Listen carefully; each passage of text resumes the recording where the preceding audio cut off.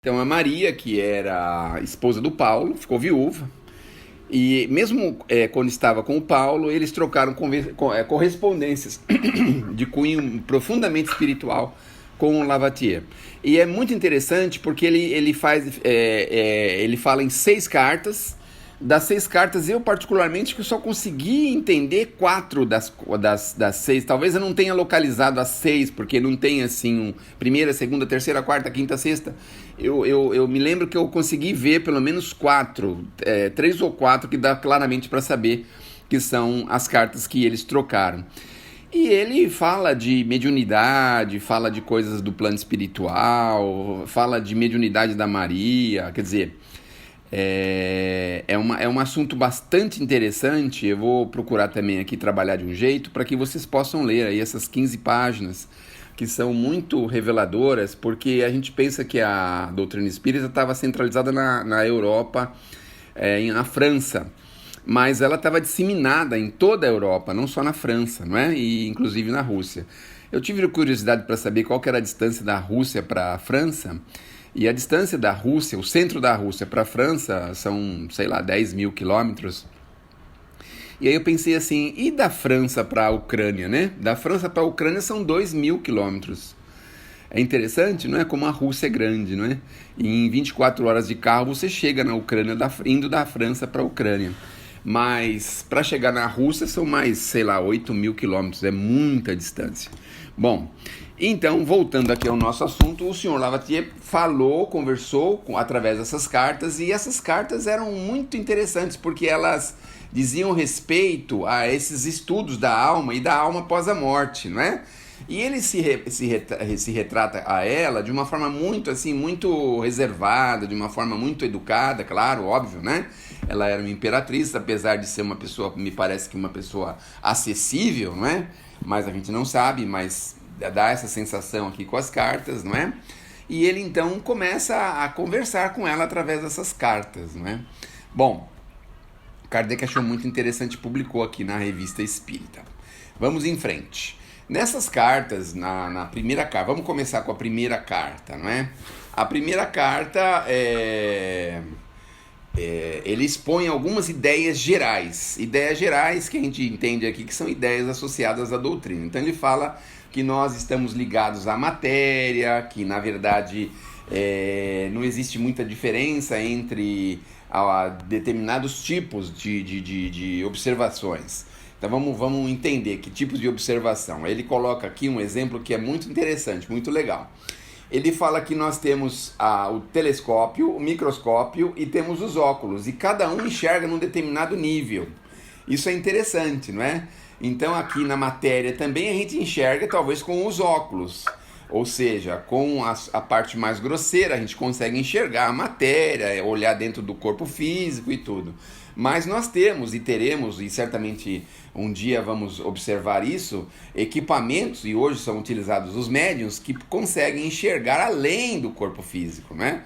Um perispírito, e aí aprofundamento, dependendo do grau, nível de mediunidade, a pessoa aprofunda e chega aí em determinados pontos do perispírito, né? Alguns chegam até a encontrar ali a célula não, né? O núcleo central, que é o espírito, né? Uma vez perguntaram para o Chico sobre esse núcleo central, como é que era o espírito, porque as pessoas não podiam acreditar que a gente, em espírito, tínhamos braço, perna, essas coisas, né? E aí ele deu um exemplo, que o espírito pode se manifestar de diversas formas, mas o espírito mesmo ele não tem uma forma definida. E ele deu um exemplo de uma estrela. E a gente quer crer, isso é uma coisa pessoal, né? Quer crer que essa estrela seria aquela estrela de 5 pontas, não é? Até porque foi mais ou menos ilustrado pelo... Eita, meu Deus do céu, tá me fugindo. Mas foi ilustrado aí por um cientista moderno, que nós, esticando os braços e abrindo as pernas, nós fazemos um formato de uma estrela, né? A cabeça, os 2 braços e as 2 pernas. Então, nós temos esse formato. Então, um dia chegará que nós vamos conseguir chegar a esse ponto, não é? E aí ele fala que o corpo espiritual conduz, é um intermediário. Então, é interessante porque ele vai dando uma espécie de lições, de aula de espiritismo para a Imperatriz Maria. E ele vai falando sobre isso. Aí ele vai falando que também existe a questão do aperfeiçoamento. Olha só, nós estamos falando aí de quantos anos atrás? 500 anos atrás? 1700, né? 320. 150 anos. Como é que é? 150 anos. Não, essas cartas é de 1700, sim, Tá. 300 anos, né? Um pouco antes do Kardec. E já está falando do desenvolvimento que o espírito pode ter e coisas assim que hoje ainda tem muita gente que coloca em xeque, não é? Coloca em dúvida essas questões que já estavam sedimentadas há tantos e tantos anos. Esses dias eu ouvi, eu estou falando aqui, mas eu não sei quantos minutos nós temos? 5? Pode falar. 10? Eu 15? peguei 2 links e depois tem o Eduardo, mas tranquilo. Beleza. Então, cerca de 300 anos antes de Sócrates, teve um camarada lá que falou que a Terra, o céu, ele ia para baixo da Terra, tinha um céu embaixo da Terra, e que o formato da Terra era meio cilíndrico. Eu fiquei curioso por ouvir isso, mas você vê que 300 anos antes de Sócrates, que é 500 anos antes de Jesus, imagina, quase 1000 anos antes de Jesus, já tinha aí gente pensando nessas diretrizes. Bom, vamos em frente. Aí ele fala do corpo espiritual, que é o intermediário, né, que nós entendemos como o perispírito, e que a gente pode, estamos na Terra para desenvolvermos, para crescermos, para nos avançarmos na evolução, né? Ele explica de uma forma bem detalhada, por isso que eu recomendo vocês darem uma olhadinha lá depois, não é? Para que a gente possa compreender mais profundamente. Estou fazendo só um resumo assim bem grosseiro dessas 15 páginas, né? Bom, ele fala que cada alma separada do seu corpo, livre das cadeias da matéria, aparece em si tal qual é na realidade. Então ele fala que se tirar o perispírito do lado do corpo, você vai ver quase igual ao corpo, vai ver praticamente o próprio corpo, né? Então são questões que o Kardec depois com muita propriedade vai desenvolvendo, e hoje a gente entende muito claramente isso. Mas olha, 1798, em agosto de 1788. Então, se a gente está em 1800, 2000 são 200, 2020, 250 anos, um pouco, uns 100 anos antes de Kardec, mais ou menos. Bom, depois nós temos a segunda carta. Vamos para a segunda carta? Vamos para a segunda carta. Ele fala que existem necessidades que são diferentes para cada espírito. Obviamente ele está se referindo aqui aos degraus da evolução, né?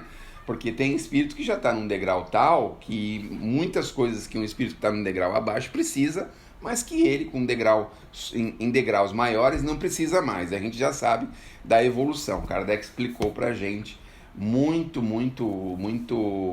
com muitos detalhes essa questão desse processo evolutivo que vai se dando gradualmente, lentamente, gradualmente, e nós não voltamos nos degraus da evolução, né? Bom, ele se refere a ela sempre com muito respeito, com muito cuidado, não é? Para que não deixe ela assim um tanto quanto constrangida com esses assuntos. Mas o interessante é que ela estava muito interessada nisso. Tinha uma curiosidade tremenda. Não só ela, mas como o marido também. O marido também tinha muita curiosidade desses assuntos. Bom, e aí ele chega num aspecto muito interessante, que é a questão do amor. E aí ele fala que o nosso processo de evolução está associado a alcançarmos uma espécie de plenitude de amor. É interessante, né, que se a gente perceber, Jesus bate muito nessa tecla do amor, né? Amar ao próximo como a si mesmo, amar a Deus sobre todas as coisas, amar, perdoar, amar os inimigos, fala muito sobre isso.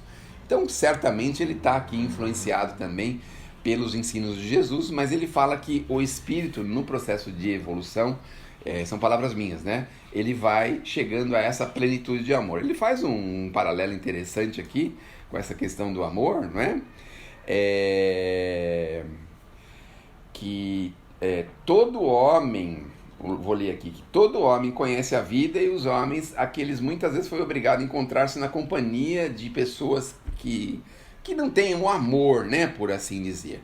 Mas aquelas pessoas que já têm um amor profundo, sabem que tanto ele tem amor quanto o demais, um dia vai ter. Então, é como se nós estivéssemos misturados no amor, que o amor de um é o amor do outro, e o amor de Deus é para todos nós. Então, todos nós estamos incluídos aí nesse grande mar de amor, né? Então, com o tempo a gente vai descobrindo isso, o coraçãozinho da gente a gente vai fazendo uma barbinha nele, tirando os pelos, né, do coração peludo, e aí a gente vai vendo que realmente a gente vai tendo mais compaixão, mais amor de uns pelos outros, e aí a gente vai entendendo Jesus quando fala da misericórdia, da compaixão, da paciência, da tolerância, do perdão, que são formas de nós exercitarmos esse amor profundo que Deus nos concedeu, nos ajudou a cultivar. Bom, uma alma impura se acha numa impossibilidade absoluta de entrar em qualquer relação com uma alma pura. Olha aí que interessante, né? Os mundos, se a gente for perceber, os degraus da evolução, né? Quer dizer, o espírito superior pode vir e encontrar-se com o espírito inferior, mas o espírito inferior não pode subir para o espírito superior. Então a gente vai percebendo isso. E é interessante que a gente vê isso lá em nosso lar, né? A mãe do André Luiz, por exemplo, vem de altas envergaduras espirituais, e o pai está naquela condição ainda difícil, complicada, ainda em sofrimento. E ela, apesar de tudo isso, ainda se dispõe a voltar para a Terra, que obviamente para ela seria de grande sacrifício. Você imagine você estar acostumado à civilização e depois ter que voltar, né? E viver como se fosse um indígena, né? É um paralelo que a gente dá. A gente está acostumado com confortos, com coisas. Então eu fico pensando, um espírito de altíssima envergadura tem que descer à Terra numa condição difícil, até humilhante. Vejam, lembram de Jesus, não é? Então Jesus passou por situações tão complicadas, tão infelizes, que tem que ser uma alma, um espírito muito evoluído para passar por isso e seguir à frente e deixar uma marca, né, de amor para as pessoas. Ele fala do egoísmo, olha só que interessante. Kardec fala lá na questão do Livro dos Espíritos que o maior problema do ser humano é o egoísmo, né? Um dos maiores defeitos que o ser humano tem é a questão do egoísmo. E ele é dividido em 1000 faces, né? Então ele fala aqui mais ou menos a mesma coisa. É o egoísmo que produz a impureza da alma. Então eu quero imaginar assim, vamos pensar, né? Se a gente pode ter atitudes egoístas, e essas atitudes egoístas produzem na gente uma impureza, então a ideia é que a gente pegue essas impurezas ou esses sentimentos e comece a trabalhá-los para se libertar deles. Mas tome todo cuidado, porque o egoísmo ele pode se manifestar de diversas formas. Às vezes a gente já é altruísta, por exemplo, nos bens, nas coisas materiais. Às vezes a gente é altruísta em determinados sentimentos, em determinadas coisas. Mas muitas vezes a gente ainda tem problemas com egoísmo, com situações que podem nos criar grandes problemas, grandes dificuldades, não é? Aquela possessão, aquela coisa de achar que é diferente, que é melhor que os outros, ou que tudo tem que ser pra gente, tudo tem que ser em primeiro lugar. É uma coisa que é muito perigosa, muito, muito difícil, não é? Bom, aí ele segue dizendo: se Deus lhe parece semelhança consigo mesmo, aquele que sabe amar, Deus aparece como o supremo amor, sob 1000 formas de amor, ou diamantes, que ele fala aqui, né? O seu grau de felicidade, de aptidão a tornar felizes os outros, são proporcionados ao princípio do amor que nele reina. Então, quando a gente consegue entrar nesse grande mar, né? Eu ia falar desse riacho, mas o riacho é pequeno, nesse grande mar de amor que é Deus, Então a gente tem amor para distribuir muito à vontade, muito. A gente não tem nem noção de quanto de amor a gente pode distribuir, não é mesmo?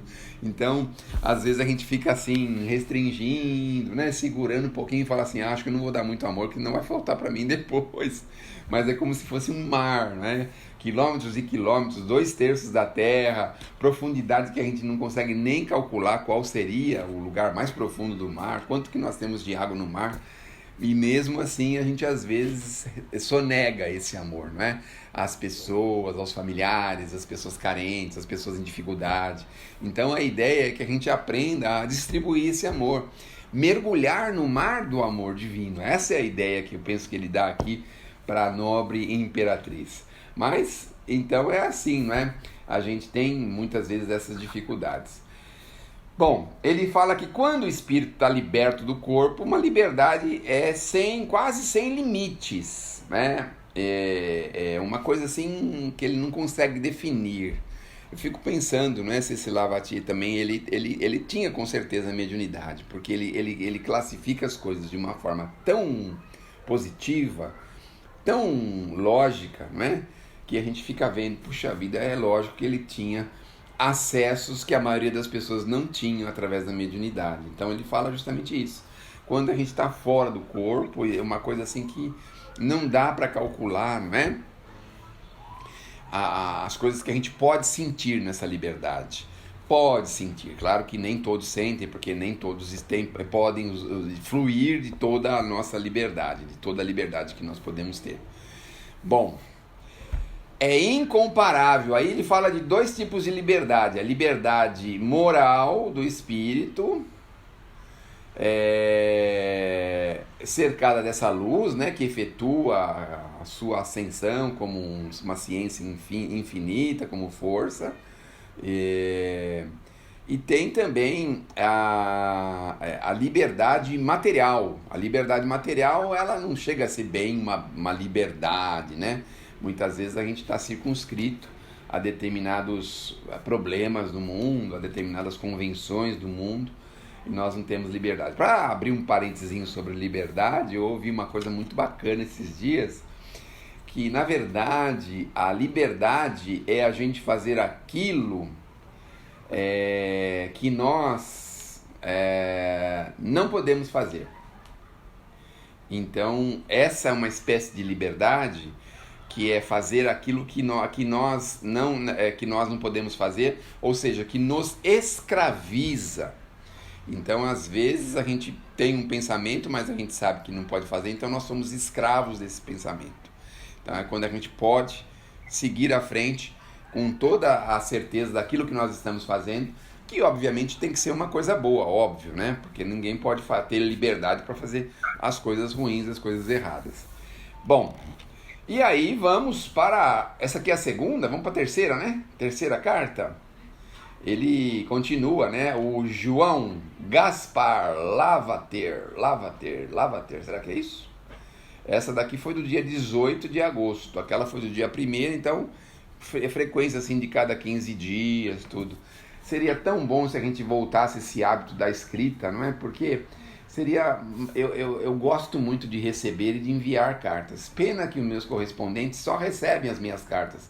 Ninguém me responde. Mas enfim, que a gente possa voltar a esse hábito, esse costume que é a gente colocar o sentimento ali no papel, é uma coisa muito gostosa. Bom, ele continuou escrevendo para Maria, a imperatriz, não é? É o Lavater. E ele possuía assim, uma intuição muito grande, o Kardec, acho que deve estar fazendo esse comentário aqui, muito forte do espiritismo. Podia assim se avaliá-lo ou julgá-lo pelo complemento dessas correspondências, mas obviamente não devem ter recuperado todas as correspondências com todas as folhas da forma mais correta possível, né? Ele poderia estar se explicando em coisas muito mais profundas. Bom, o Kardec então recebe aqui uma psicografia da médium Lay Mary, não sei falar esses nomes diferentes, desculpem, né? É Lei Marie, não? Lei Marie, pode ser Lei Marie. É francês, né? Pro alemão é mais fácil falar francês do que pro índio, né? Le Marie. Le Marie, é. Mas também quem tem o nome de... Como é que é o seu nome mesmo? Maria, é você, Maria. Maria não, é Henriette. Quem tem o nome de Henriette sabe ler qualquer nome, né? Pelo amor de Deus, puxa vida. Bom, deixa eu voltar um pouquinho aqui que eu não tinha reparado isso.